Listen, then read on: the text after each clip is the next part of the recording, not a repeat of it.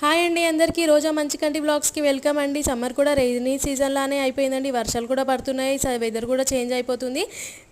వేడివేడిగా అన్నంలోకి కానీ ఇడ్లీకి కానీ రసం చేస్తానండి.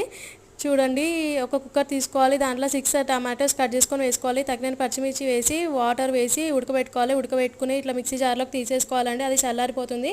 ఆ రసం కూడా అలాగే పెట్టుకోవాలి. స్టవ్ మీద కడాయి పెట్టి ఆయిల్ వేసి ఆయిల్ హీట్ ఎక్కేంత వరకు ఉంచి జీలకర్ర ఆవాలు కరివేపాకు అనేది వేసుకోవాలి. అంతలోపు మిక్సీ జార్లో వేసిన టమాటాస్ కూడా చల్లగా అయిపోతాయి కదా, అవి గ్రైండర్ అనేది చేసేసుకోవాలి, మెత్తగా చేసేసుకోవాలి.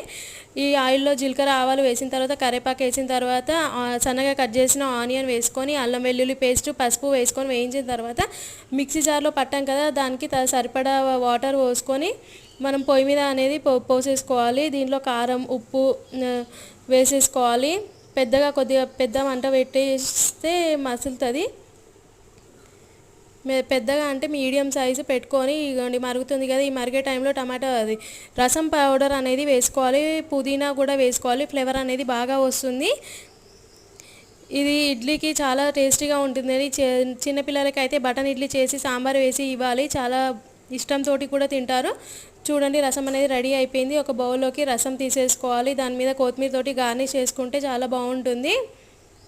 చూడండి, వేడి వేడి రసం బాగుంది. చూడండి, నేను పల్లీల చట్నీ టమాటో రసం బటన్ ఇడ్లీ అనేది చేశానండి. సాటర్డే రోజు పల్లీ చట్నీ కూడా పెట్టానండి. చూడండి వీడియో. లైక్ చేయని వారు లైక్ చేయండి, షేర్ చేయండి, సబ్స్క్రైబ్ చేయండి. Thank you.